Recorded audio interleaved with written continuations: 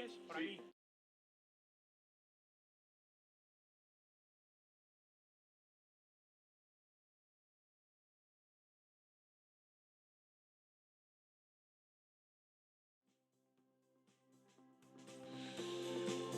Buenos días en este miércoles santo, principio, mitad de la Semana Santa, según lo vea cada uno. Para nosotros todavía día laborable, pero bueno, con media España ya de vacaciones y la otra media deseando irse. Pues aquí estamos otro día más en el Estado Ciudad con don Lorenzo Dávila. Buenos días, Lorenzo. ¿Qué tal? Muy buenos días, don Diego. Hoy con un cielo de esos que te gustan, Sí, ¿no? sí. Bueno, los vasqueños son más de otoño, ¿no? Esto es un cielo primaveral, pero bonito, sí. Está el día agradable. Está el día agradable, que parece además que en esta Semana Santa, pese a lo que suele ser tradicional, pues poca lluvia. Ahora comentaremos el estado de los embalses, que así lo refleja. Y tenemos también con nosotros a María Santos. Buenos días, María. Muy buenos días a todos. Bueno, pues nada, como les decía, los embalses perdiendo agua en un momento, en una época del año en la que lo que deberían estar haciendo es todo lo contrario. En este mes de abril, que el refranero dice de aguas 1000 y que de momento pues aguas 0 o menos algo, ¿no? Perdemos esta semana 123 hectómetros cúbicos, un 0,22% en el total de España, lo que nos sitúa en el 51,52%, cuando la media de los últimos 10 años por estas fechas o en esta semana es del 66,29, es decir, estamos 15 puntos por debajo y estamos casi 10.000 hectómetros cúbicos por debajo de la media de los últimos 10 años. ¿Respecto al año pasado, don Diego? Respecto al año pasado estamos un poquito mejor, porque la misma semana estábamos en el 47,47. Estábamos en 26.600 hectómetros cúbicos y ahora estamos en 28.800, o sea que tenemos 2.000 hectómetros cúbicos más que el año pasado, pero el año pasado en estas fechas estábamos aumentando agua y ahora estamos perdiéndola. Y además, recordemos que el año pasado pues fue un año que rozó la catástrofe, o sea, rozó el que hubiera, bueno, hubo restricciones de agua en muchas partes de España en verano, y a este ritmo al que vamos, pues parece que la cosa se va a repetir, si no empeorar. Porque además, si miramos por cuencas, las cuencas, digamos, más estresadas o más en peligro, como son la cuenca del Guadalquivir, que pierde esta semana 13 hectómetros cúbicos, se sitúa en el 25,62%. La cuenca del Guadiana, que pierde 5 hectómetros cúbicos, se sitúa en el 34%. Y Cataluña interna, que vuelve a perder 2 hectómetros cúbicos y se sitúa en el 26,88. La cuenca de Cataluña interna quedan 182 hectómetros cúbicos, que es prácticamente lo equivalente a las reservas de menos de 2 meses, ¿no?, de agua. La cuenca del Tajo también pierde agua, pierde 7 hectómetros cúbicos, y sorprende mucho que en estas fechas la cuenca del Ebro, que se supone que tendría que estar recibiendo el deshielo de los Pirineos, en donde, por cierto, no queda prácticamente ya nieve en ningún lado, pues pierde 88 hectómetros cúbicos, pierde un 1,11. La cuenca del Ebro en el 57% por estas fechas, ¿no? Que no, vamos, yo creo que es de las peores de la última década. La media de los últimos 10 años de la cuenca del Ebro en estas fechas era del 74%. Incluso el año pasado, que como dijimos fue malo, era el 67%, y estamos ahora en el 57%. Y la única cuenca de la que podemos dar buenas noticias esta semana pues es la cuenca del Duero, que crece 29 hectómetros cúbicos y se sitúa pues muy cerquita, rozando el 70%, en el 69,69%, una cifra que le encantaría a nuestro director, don Ramiro Aurín, que hoy, bueno, pues está de penitencia por España, ¿no? Como os decía, pues una situación muy preocupante. Ninguna cuenca española está ahora por encima, vamos, salvo las cuencas muy pequeñas de Cantábrico Oriental y País Vasco interno, ninguna cuenca está por encima del 70%. Y bueno, pues con estos datos y la previsión de que de momento parece que no hay lluvias en el horizonte, o al menos lluvias generalizadas, se habla de una dana que se va a instalar en los últimos días de la Semana Santa, pero eso serán pues chubascos ocasionales. Y además que son de mucha intensidad, pero que no, sirven poco efectivamente, que sirven poco. ¿No? Y nos adentramos ya pues en mitad prácticamente del mes de abril sin casi lluvias. Nos quedaría esa mitad de abril y lo que quede de mayo, vamos, o lo que pueda llover en mayo, que ya sabemos que siempre es agradecida el agua en ese mes, pero ya luego nos meteríamos en junio, julio, agosto, que son meses en donde tradicionalmente secos, con lo cual las perspectivas para el agua pues no son demasiado halagüeñas, ¿no?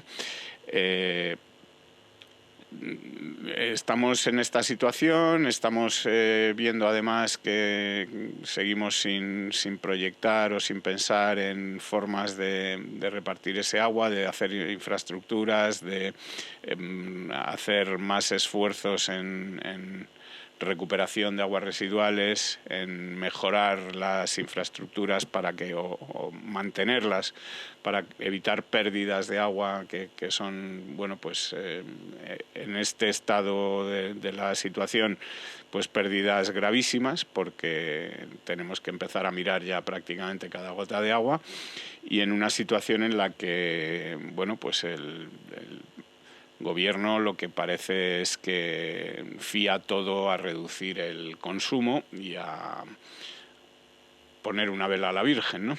Uh-huh. Sí, así es, por desgracia. Y eso que, fíjese que salió, creo que fue la semana pasada, una noticia de que desde Europa se inyectan 30.000 millones de euros para inversiones en temas de infraestructura, sobre todo de la parte de aguas residuales, ¿no? Que también es una para de las depuración y saneamiento. Sí, que es una de las, digamos, deficiencias que también tenemos en España. Pero efectivamente es el gran problema de este país, ¿no? Que no hay una sensibilización generalizada y sobre todo en la clase política, o al menos en la clase política que está gobernando en estos momentos, de cara a las necesidades que vamos a tener. España es un país que necesita muchas infraestructuras en temas de almacenamiento de agua, es decir, necesitamos más pantanos, aunque la gente no lo crea, pero sobre todo necesitamos, como decía usted, don Diego, redistribuir esa pequeña riqueza que podemos tener mal distribuida en el territorio a través de unos trasvases inteligentes. Muchas veces hemos comentado aquí el tema del trasvase, por ejemplo, del Ebro hacia la cuenca interior de Cataluña, ¿no? Para llevar agua a Barcelona, ¿no? Que es algo... Ahora hablaremos del asunto catalán, pero lo cierto es que el cambio climático nos dice que los patrones pluviométricos han cambiado. Antes las lluvias eran más repartidas, teníamos una España verde y una España un poco más seca. La España verde cada vez se equipara más desde el punto de vista pluviométrico a la España más seca, y vamos acumulando periodos de sequía, que ha habido siempre. Ahora mismo estamos quizá en uno de los periodos de sequía más largos y más intensos y extensos desde los años 70. Como decía antes don Diego, pues vamos acumulando y vamos repitiendo patrones de otros años. Pero claro, cuando hemos cambiado el paradigma de la gestión de los recursos hídricos y hemos empezado a querer gestionar con una base absolutamente ideológica, nada científica y desde luego nada técnica, pues la disponibilidad del agua a partir de la oferta y no de la demanda, pues lo único que estamos haciendo es dejar que sea la naturaleza la que decida dónde pueden prosperar las ciudades y la población y dónde no. Y ese es el punto en el que estamos, donde no llueva desde luego. Con la diferencia de que turismo. No partimos de nuevas, quiero decir que ya existe esas ciudades y esas poblaciones, ¿no? Claro, pero bueno, están abocadas al vaciamiento, ¿no? Nos vamos al desierto, no solamente geográfico, sino demográfico de todas esas regiones que hasta ahora disponían de agua para producir alimentos, para abastecer el turismo y que se van a quedar sin ninguna industria y se van a vaciar. O sea, vamos al desierto orográfico y demográfico con esta política de gestión del agua a partir de la oferta. Sí, mira, estaba mirando las cifras de Eurostat. Dicen que la inversión en agua por habitante en España entre 2011 y 2021 ha sido de 24 euros por habitante, mientras que la media de la Unión Europea es de 40 euros. A mí me parece casi el doble, y fíjate que España es seguramente uno de los países que más necesita este tipo de inversiones en Europa. Es decir, hay países donde llueve mucho más habitualmente, donde hay ríos mucho más grandes, donde hay mucha más agua y donde realmente hace falta inversión, que es en España. Pues estamos viendo que hacemos la mitad de la inversión de lo que hace la Unión Europea, cuando España, dice Eurostat, que además tiene el 72% de su superficie bajo estrés hídrico severo, ¿no? Que dobla también la media europea en este sentido. Es decir, doblamos la superficie en estrés hídrico y dividimos por dos la inversión, ¿no? Deberíamos multiplicar por dos la inversión media, respecto a la media, estar en 80, con lo cual estamos en la cuarta parte de la inversión, de lo que deberíamos. El problema es más grave todavía, porque España tiene un porcentaje de fugas de agua que se pierde por las infraestructuras de abastecimiento y distribución. Obsoletas, ¿no? Sí. Bueno, es que raya el 20%, y yo creo que España ahora mismo no se puede permitir perder el 20% de la disponibilidad de agua porque tenemos una mala infraestructura. Llevamos arrastrando desde 2008 ese déficit de inversión infraestructural. Ahora mismo todo el dinero que viene de Bruselas se va a cumplir lo que tendríamos que tener ya hecho desde hace 10 años, que es la depuración y el saneamiento en secundario y terciario, tal y como dicta la Unión Europea. Se está preparando una nueva directiva de saneamiento precisamente para poder reutilizar el agua como una fuente hídrica alternativa. Ya vamos camino al cuaternario y nosotros no hemos superado ni siquiera el secundario y estamos pagando multas. Entonces está claro que más allá de dejar que los ríos fluyan y de adaptar y de decir a la gente que tiene que concienciarse y no consumir, lo que hace falta es que los políticos también den un golpe de manos sobre la mesa y decidan que hay que invertir en algo tan importante. Bueno, la gestión del agua. Además, mira, Europa en la nueva directiva del agua que está preparando, lo que se prevé es que va a exigir que se depure el 50% del agua residual, del total del agua residual, en 2030 y el 100% en 2040, ¿no?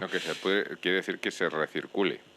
Que se reutilice. Que se reutilice, es claro, decir, depurar se depura. El problema está en que... No, que el agua residual se depure y se reutilice. Claro. O sea, que el tratamiento implique la posibilidad de reutilizar el agua residual en un 50% en el 2030 y un 100% antes de 2040. Y recordemos que España, pues en esto estamos también, como en muchas otras cosas, ¿no?, a la cola. Estamos recibiendo sanciones por no cumplir con lo que se exige hasta ahora, que es que se recicle o depure el agua de las ciudades de más de 15.000 habitantes. Estamos pagando una multa de 53 millones al año y que va creciendo en 10 millones cada semestre porque seguimos sin cumplir con estas normativas. Y según estima además la SEOPAN, que es la agrupación de las grandes constructoras, con el ritmo de inversión que tenemos actualmente, tardaríamos 36 años en cumplir con eso que se nos exige para dentro de 7, ¿no?, que es en 2030, ¿no? Ya casi 6. Ya casi 6. Hombre, el propio Gobierno hace poquito, en una respuesta parlamentaria por escrito, reconocía que hasta 2027 no íbamos a ser capaces de dejar de pagar multa a la Unión Europea, llegando eso al estándar de secundario y terciario. Y hay que pensar que ahora necesitamos invertir muchísimo más porque la calidad de las aguas regeneradas tiene que ser casi como para un ciclo infinito del agua. Terminaremos utilizándola para beber incluso. Bueno, hay países como Singapur que la meten en el grifo, ¿no? Y en California en algunos lugares. no en todos, pero... Tenemos todavía un hándicap, tecnológicamente es absolutamente posible. No, y psicológicamente hay una barrera, ¿eh? Esa es la barrera es psicológica, pero habrá que empezar a preparar a la población, ¿no? Sí, Si claro, tecnológicamente ya podemos, si además es viable, pues es que nos va a quedar otra. No, y además, si lo piensas, muchas veces las tomas de agua se cogen en ríos aguas abajo, cuando aguas arriba ha habido vertidos, con lo cual lo que pasa es que se tratan bien y no pasa nada, ¿no? Es decir, bueno, además de este problema del agua, estamos viendo que estamos en el mes de abril, cuando debería estar lloviendo y no llueve, tenemos el problema que bueno, está llamando la atención de los medios, pero que lleva tiempo ocurriendo, que es el problema de los incendios forestales que se están produciendo este año, pues ya en el mes de abril. Esos incendios que tradicionalmente... Y en regiones no muy secas. O que normalmente se producen en verano, pues se están produciendo ahora en regiones, como dice don Lorenzo, bueno, tradicionalmente húmedas, como son Asturias, Cantabria, etcétera. Y para hablar de este tema, pues tenemos con nosotros a Juan Carlos González, que es bombero forestal y portavoz de la Asociación de Trabajadores de las BRIF. Buenos días, Juan Carlos. Hola, muy buenos días, ¿qué tal? Cuéntanos un poco cuál es la situación ahora mismo, cuál ha sido en las semanas anteriores. Parece que la cosa ahora mismo está mejorando un poco y qué expectativas hay para los próximos días. Pues bueno, la verdad que la situación en las semanas anteriores ha sido muy delicada, sobre todo como hemos podido ver en la comunidad de Asturias. Parece que ha ido tranquilizando un poco la cosa, aunque ha seguido ocurriendo incendios en la misma comunidad de Asturias y en Cantabria. Con lo cual, las expectativas tampoco son buenas porque las previsiones de precipitación son muy bajas o prácticamente nulas a 10 días vista. Con lo cual, pues la situación es delicada por la sequía acumulada que llevamos. Juan Carlos, buenos días. Soy María Santos. España ahora mismo es el país de la Unión Europea con más hectáreas quemadas. En este primer trimestre han sido más de 32.000 hectáreas de superficie forestal arrasada por el fuego, y lo que más llama la atención es que antes o justo a principio de primavera nos hemos encontrado ya con los dos primeros grandes incendios forestales. Hablamos de Asturias, pero hemos tenido también un incendio tremendo en Castellón. ¿Realmente todo es culpa de la sequía? ¿Qué es lo que está pasando para que últimamente las masas forestales españolas, lo hemos visto también en Portugal y en otros países de Centro Europa, este verano pasado, se estén produciendo unos incendios que casi escapan de la capacidad de extinción que tenemos los humanos?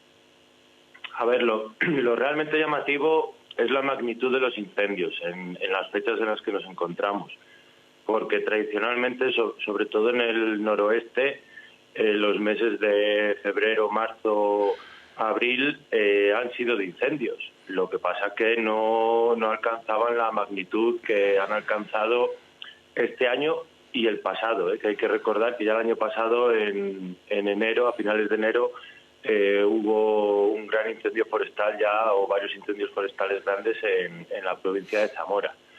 Con lo cual, lo realmente llamativo es eso, la magnitud a la que han alcanzado, porque, insisto, incendios en esta época los ha habido siempre, sobre todo en el noroeste. ¿Qué ocurre? Que nos vamos a las mismas razones que llevamos dando en el último año, cuando hemos visto estos incendios tan catastróficos. La despoblación, sin duda alguna, es un factor fundamental en todo lo que está ocurriendo. Y si a eso luego le añades que lleva sin llover muchísimo, porque en Asturias ahora mismo, en el sector donde más incendios han ocurrido, llevaba sin llover bastante. En el noroeste, gran parte de Galicia, León, incluso Cantabria también lleva sin precipitar bastante. Y ya ni os cuento en todo el Mediterráneo y parte de Andalucía cómo están. Entonces lo realmente llamativo es la magnitud de los incendios, que sobre todo lo achacamos a estos factores que os digo.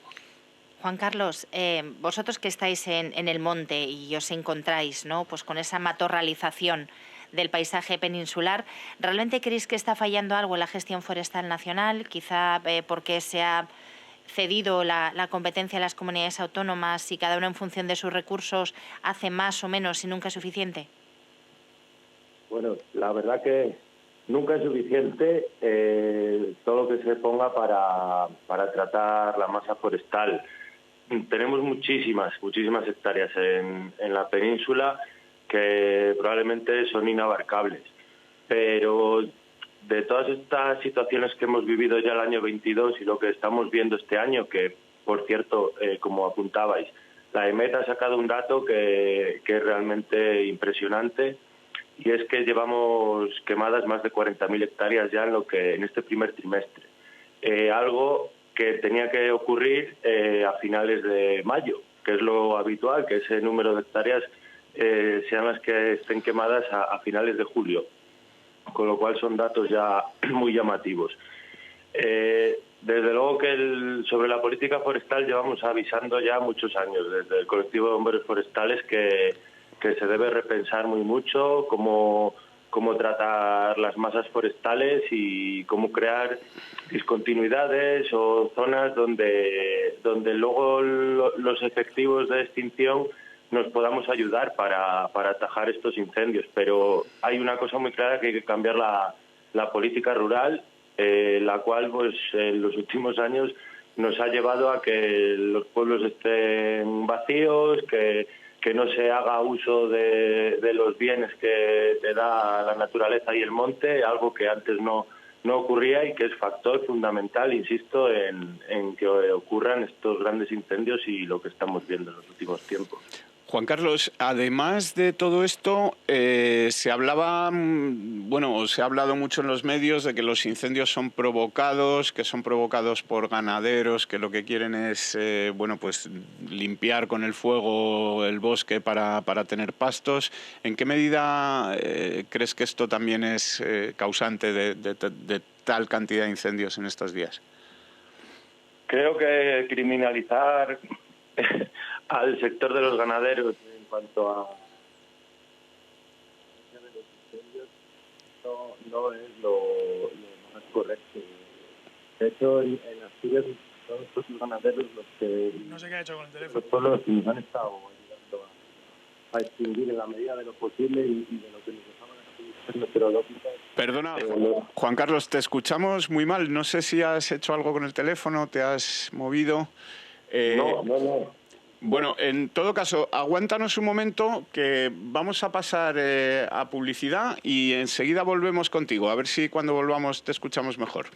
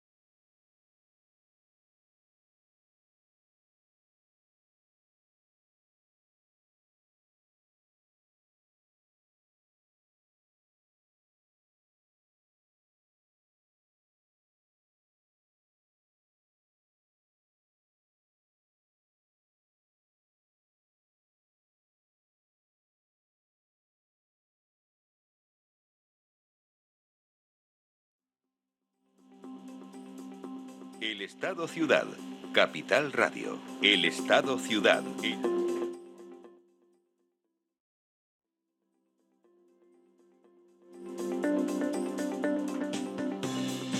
Bueno, estábamos hablando con Juan Carlos González. Juan Carlos, nos estabas comentando que no hay que criminalizar al sector ganadero. Incluso seguramente parte de esa tarea de limpieza de matorrales, de bosques, es el ganado, digamos, el que puede realizarlo, ¿no? Si hubiera más, se me ocurre, desde mi ignorancia, si hubiese más cabras, más ovejas, más animales que pudieran acceder a muchos montes a los que ahora les está vedado acceder, igual habría menos problemas, ¿no? Pues sin ninguna duda, como digo, son cuestiones de políticas forestales. Por mucho que se contrate a muchísima gente para tratar los montes, como digo, son cientos de miles de hectáreas las que tenemos en la península que son inabarcables, con lo cual es necesario repensar la política forestal y ver cómo volver un poco a lo que era antes, dar facilidades para ello. Y a ver, hay una cosa clara también, que los dispositivos de lucha contra incendios y prevención estén trabajando todo el año también es fundamental para realizar esa prevención. Sí. Pero desde luego que, como digo, el sector ganadero ayuda mucho a estructurar las zonas de monte, pero la cuestión es esa, repensar política forestal sobre todo. Sí, Juan Carlos, buenos días. Hoy apareció una noticia en un medio sobre la creación de una unidad estable, el equivalente un poco a lo que sería la UME, pero en Andalucía. Es decir, las comunidades autónomas empiezan a dar un paso, al menos la comunidad de Andalucía, para hacer equipos estables, que es un poco lo que estabas reclamando, ¿no? La necesidad de que, bueno, las personas que tienen la responsabilidad de cuidar del bosque, pues realmente tengan una situación de estabilidad y no vayamos a la época de los incendios, a estas cuadrillas un poco temporales, etcétera, que bueno, pues que hacen su labor, pero no, la labor hay que hacerla durante todo el año. ¿Cómo ves esto y qué información tienes en otras comunidades de que se establezcan pues cuerpos parecidos? Bueno, a ver, todas las comunidades autónomas en la actualidad tienen sus propios dispositivos de lucha y prevención de incendios forestales, con lo cual incluso la propia comunidad autónoma de Andalucía tiene un dispositivo con una larguísima trayectoria como es el Infoca, que está muy especializada en la lucha contra incendios. Sin en embargo, la prevención. Saca esta nueva unidad, ¿no? ¿Algún elemento adicional querrán aportar, ¿no?, al crear esta unidad? No lo sé, lo desconozco, pero insisto en que la Andalucía tiene un dispositivo muy, muy profesional y con una larga trayectoria en la lucha y la prevención contra incendios y en otras emergencias, porque ya han actuado en inundaciones o en búsqueda de personas, con lo cual no sé, desconozco la necesidad que tendría la comunidad en cuanto a la creación de algún otro dispositivo, pero desde luego que todas las comunidades tienen dispositivos preparados para la lucha contra incendios. Lo que ocurre es que hay muchas comunidades que no ponen toda la carne en el asador durante todo el año y solamente se centran casi en lo que es el verano. Hay que dar estabilidad a esos dispositivos que ya existen, a esas personas que saben mucho de lo que es los incendios y de cómo se pueden prevenir y atacar y darles estabilidad durante todo el año. Hay auténticos profesionales en todas las comunidades y en nuestro caso en el dispositivo de apoyo estatal que somos las BRID. Claro, lo que hay que decir es que los bomberos forestales tienen una función muy importante porque trabajan todo el año sobre el territorio y cuando tú te tienes que enfrentar a un fuego y tienes que subir y bajar las lomas del entorno en el que te ha tocado, cuenta mucho que lo conozcas. Es verdad que luego cuando ya digamos que se nos ha ido de mano, llega la unidad militar de emergencias que al final se lleva todos los méritos y esto lo digo yo porque seguramente Juan Carlos no podrá decirlo, pero en realidad los que conocen sobre el terreno y saben por dónde va a ir el fuego, por dónde no va a ir, dónde están los puntos calientes y más conflictivos, son las BRIF, los bomberos forestales y las brigadas que las comunidades autónomas contratan todos los años, uno, para desbrozar, sobre todo la interfaz urbano-forestal y evitar que si hay un incendio termine en el casco urbano, por decirlo de alguna manera, y sobre todo para organizar el trabajo luego sobre el terreno. No sé si por aquí van un poco los tiros, si al final, bueno, es verdad que la UME tiene mucha maquinaria que no tienen las BRIF, que sobre todo tienen, bueno, pues no solamente el personal de tierra especializado, como puede ser Juan Carlos, sino los aviones, el Grupo 43, que es el Ministerio y el Ejército, si no me equivoco, ¿no? Sí, el Grupo 43 está pilotado por pilotos militares y son aviones de gran carga, de carga pesada de agua, que pertenecen al Ministerio de Transición Ecológica, tal y como pertenecemos también las BRIF al Ministerio de Transición Ecológica. En cuanto a lo que apuntas, lo que se dan sobre todo los servicios de extinción de incendios es que están en zonas rurales y el servicio que dan en cuanto de acción rápida, además, y de apoyo al medio rural es importantísimo porque, como has apuntado, conocen perfectamente el medio sobre el que trabajan, con las zonas sobre las que trabajan y están especializados para todo ello. La UME es un medio estatal de apoyo, como lo somos las BRIF también, y que van de apoyo a las comunidades, al igual que lo hacemos las BRIF. La diferencia está en que nosotros hacemos también trabajos de prevención durante todo el año. O sea, que no solamente hacemos trabajo de apoyo en extinción, sino que hacemos trabajo de apoyo en prevención también a las comunidades. Esa es la gran diferencia entre unos y otros. Luego, nosotros somos helitransportados y la UME es un medio terrestre, aunque también tienen helicópteros, pero se movilizan siempre por medios terrestres. Cada uno en su ámbito, creo que todos somos importantes y todos ponemos de nuestra parte para atajar cualquier tipo de emergencia. Juan Carlos, si estamos hablando de que están aumentando los incendios, de que el número de hectáreas quemadas este año, por ejemplo, pues ya es en abril o a principios de abril, lo que tendría que ser a finales de mayo, ¿tú ves que estemos aportando los medios o dando, digamos, la importancia en los presupuestos a ese aumento de los incendios? ¿Tenéis los medios que necesitáis? ¿Harían falta muchos más? ¿Ves que la cosa va bien, que va mal?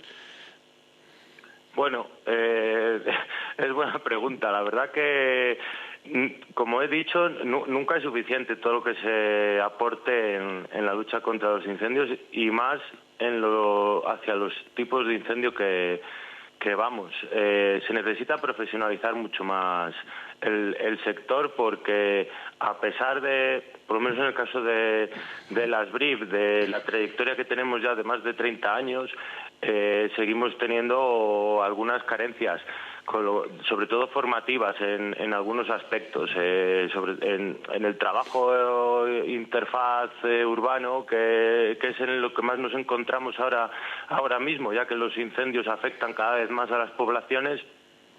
Seguimos necesitando bastante formación, con lo cual creo que sería importante aportar más en este aspecto a la lucha contra los incendios, tanto desde el Estado como las propias comunidades. Las propias comunidades son las primeras que tienen que pensar también en aportar más presupuesto, más medios y mucha más formación y estabilidad a sus dispositivos.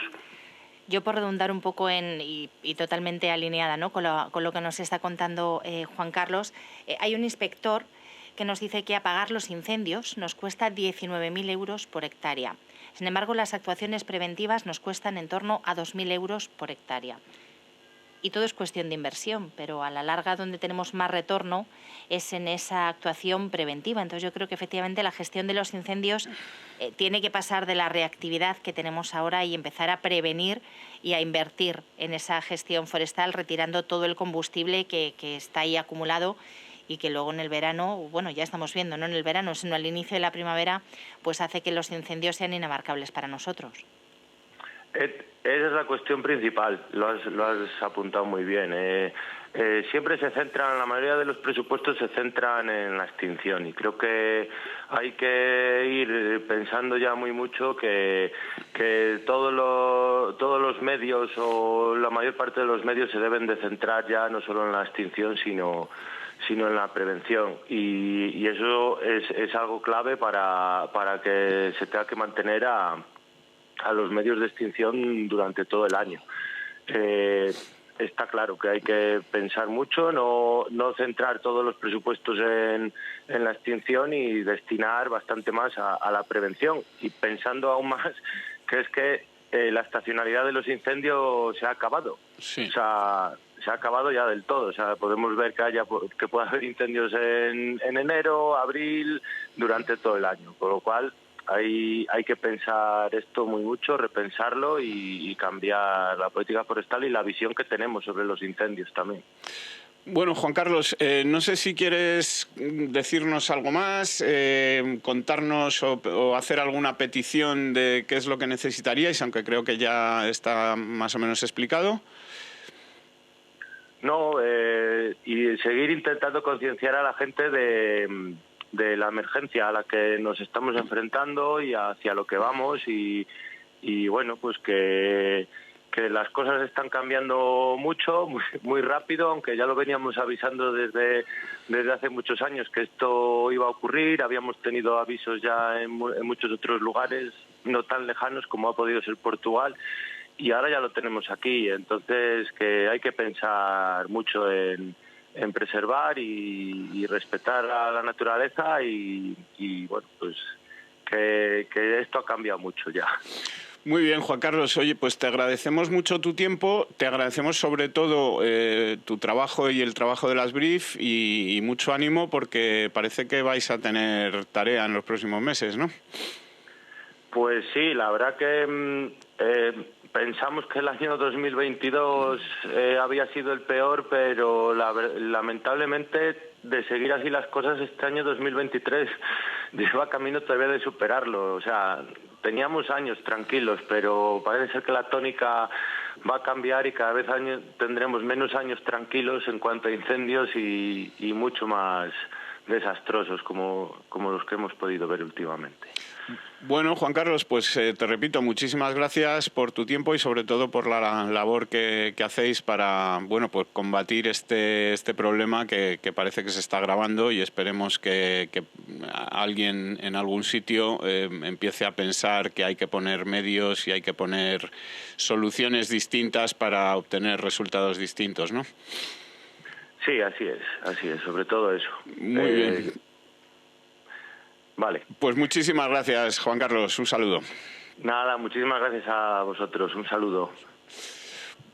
Bueno, pues oye, estremecedor lo que nos cuenta, ¿no? Porque ya nos están advirtiendo, igual que estamos diciendo que lo del agua este año va a ir bastante mal de aquí al verano, pues nos está diciendo este portavoz de las BRIF que este año va camino de ser peor que el anterior, ¿no? Que ya fue un año...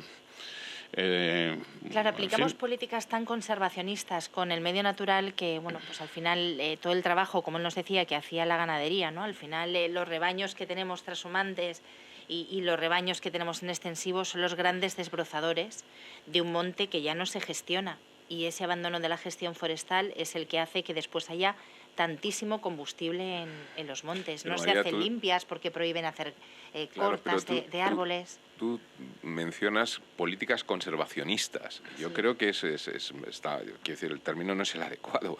Yo creo que es políticas que ignoran la realidad del medio rural.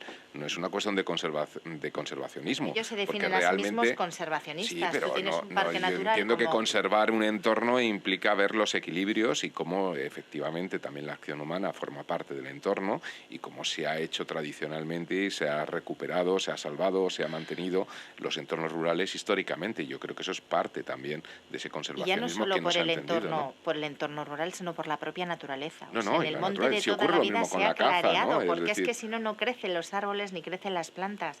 Todo se matorraliza y al final no tienes un monte gestionado. Por el abandono de otros usos, al final la masa forestal española, que hay que decir que es la tercera de Europa, nos cuesta creerlo muchas veces, pero España es la tercera masa forestal de la Unión Europea. Y el problema es que no la estamos gestionando. Por ejemplo, a la hora de aplicar políticas energéticas no se entiende por qué la biomasa, porque es que todo ese combustible vegetal que tenemos en los montes se podría utilizar para generar energía. Y sin embargo la biomasa no se entiende como una fuente de energía estratégica en esta transición que hemos empezado. Entonces algo está fallando y la política forestal tiene que empezar a prevenir y a entender que por sí sola la naturaleza, bueno, pues al final se hace las limpias, ¿no? Lo que pasa es que se hace las limpias y se le va la mano. Bueno, pues si os parece vamos a pasar a comentar algunos otros temas en este ratito que nos queda. Tenemos, por ejemplo, Lorenzo, y seguramente tú aquí podrás aportarnos conocimiento, esta subida del precio del petróleo debida, bueno, pues a una reducción de la producción que han decidido algunos de los principales productores de petróleo, como Arabia Saudí y algunos otros de la OPEP. Subida, por lo tanto, del precio de los combustibles, etcétera. Y esto presiona al alza la inflación, ¿no?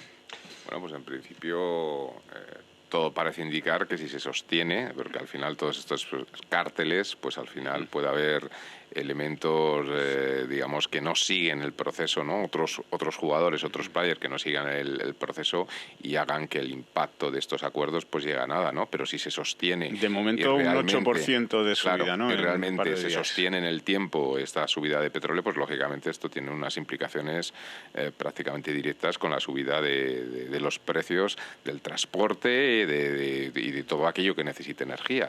Sigue siendo la principal fuente de energía, por mucho que hayamos invertido en energías renovables, ¿no? Y esto implicará subidas de tipos de interés por parte de, si sigue presionando al alza la inflación, nuevas subidas de tipos de interés y que se van a mantener durante más tiempo, ¿no? Bueno, yo ahí soy un poquito más escéptico. Yo sigo defendiendo que la inflación que tenemos es una inflación básicamente de costes. Yo no tengo tan claro que el efecto de la política monetaria para frenar la inflación sea tan directo. Es decir, yo no creo que la bajada de inflación que hemos vivido en el mes de marzo se deba a la subida de tipos, sino simplemente un efecto base respecto al efecto de la guerra que supuso el año pasado y demás, ¿no? Entonces, yo no tengo tan claro si van a seguir obcecados con esta política o se van a dar cuenta de que es muy relativo el impacto que está teniendo y que puede conllevar efectos perniciosos más allá del control de la inflación, ¿no? De todas formas, está por ver. Es decir, esta subida de precio de la inflación también viene en una época, que es el verano, donde el consumo energético pues en muchos procesos también disminuye. En fin, está un poco por ver el impacto, pero sí, sin duda yo creo que lo que va a hacer es al menos que no se regulen los precios a la baja como venían haciendo los últimos meses, ¿no? Dejando fuera la energía, ¿no? que quizá tenga un peso muy importante en esta evolución de la inflación, si atendemos a la subida del precio de los alimentos, que está muy por encima del IPC general, estamos hablando de estar por encima del 16%, lógicamente es una inflación de costes. Y costes no solamente derivados del sobrecoste energético o de lo que pueda haber supuesto el impacto de la guerra de Ucrania, pues porque no hemos tenido cereales, que somos el principal importador, o la crisis de fertilizantes. Es porque está habiendo una sequía tremenda. Estamos demonizando los regadíos, estamos primando las restricciones al uso de agua en el riego, que es de donde sale la mayor parte de los alimentos que consumimos, y todo eso incide por la ley de la oferta y la demanda en el precio de los alimentos. No es solamente una cuestión energética. Y no solamente es en España, porque España, de hecho, en la subida de alimentos, pues no está en el paquete de los países con mayor alza, ¿no? Porque evidentemente otros países que no son productores, pues tienen más necesidad y ahí se incorporan otros costes como el transporte y demás, y hace que la subida de los precios sea significativamente mayor, ¿no?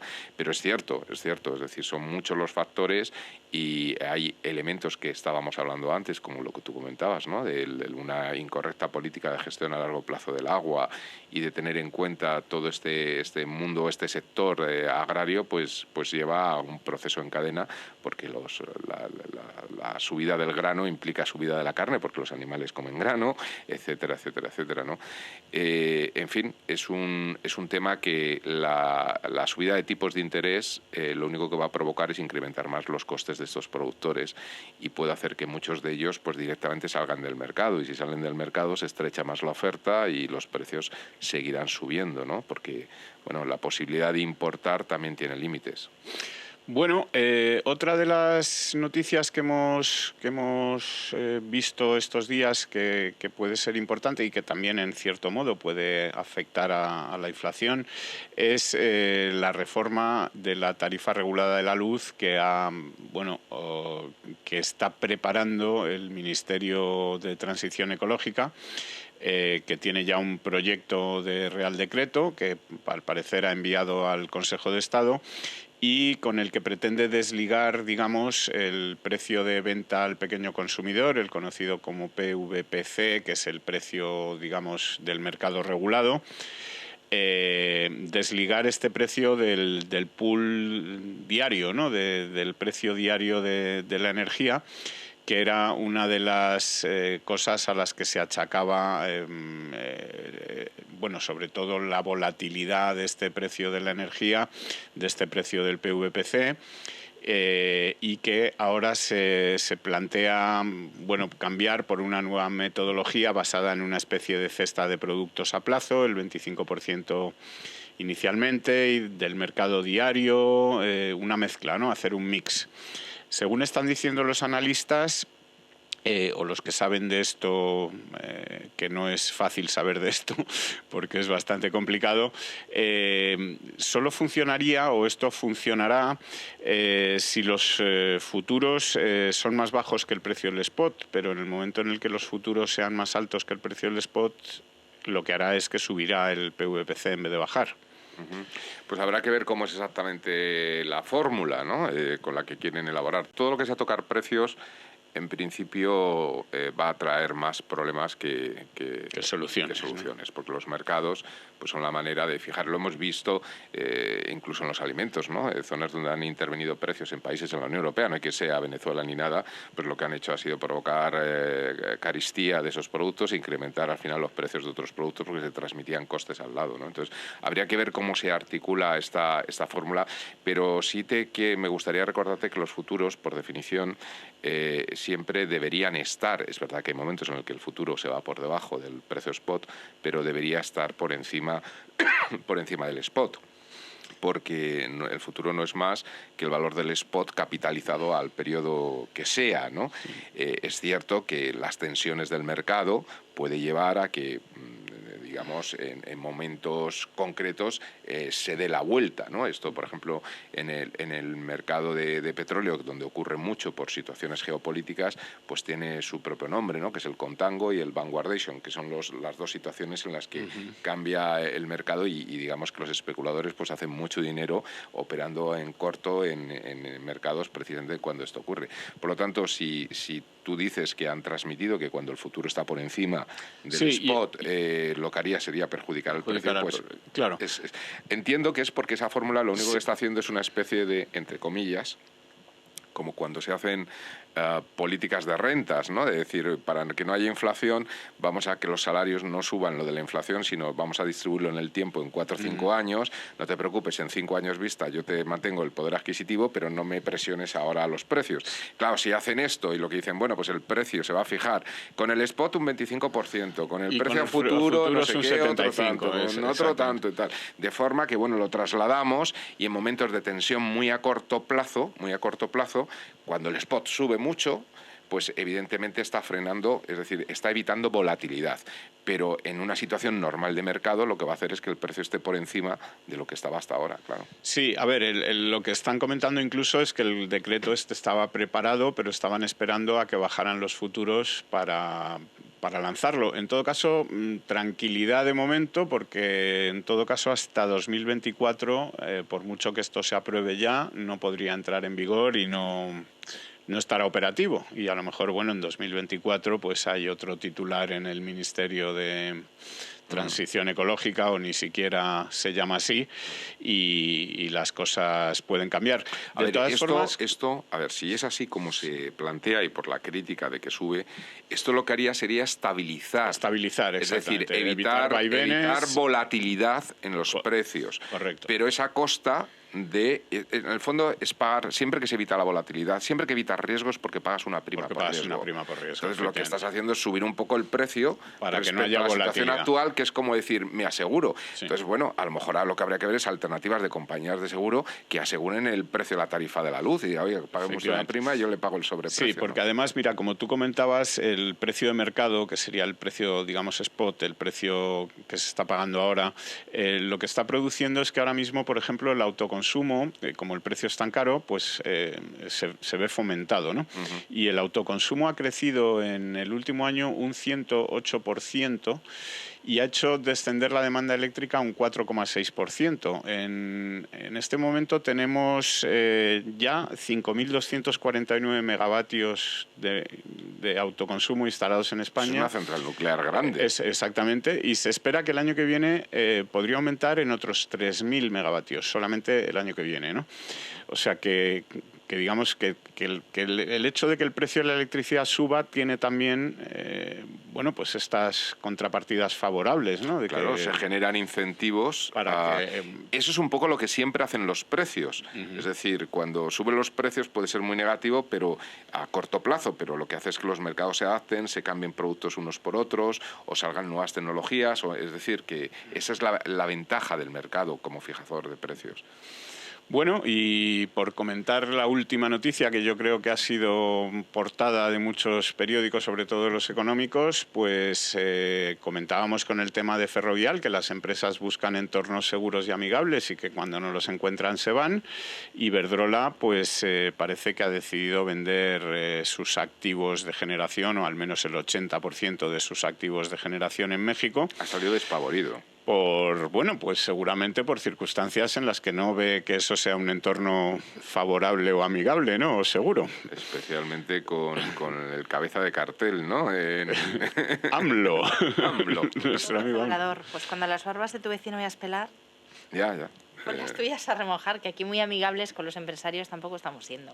Sí, efectivamente. Bueno, pues parece que han vendido pues el 80%, como decía, de su generación allí, sobre todo la menos renovable o la menos cercana al asunto cero emisiones, valorado en 5.500 millones de euros, y esto está haciendo subir las acciones de Iberdrola en bolsa.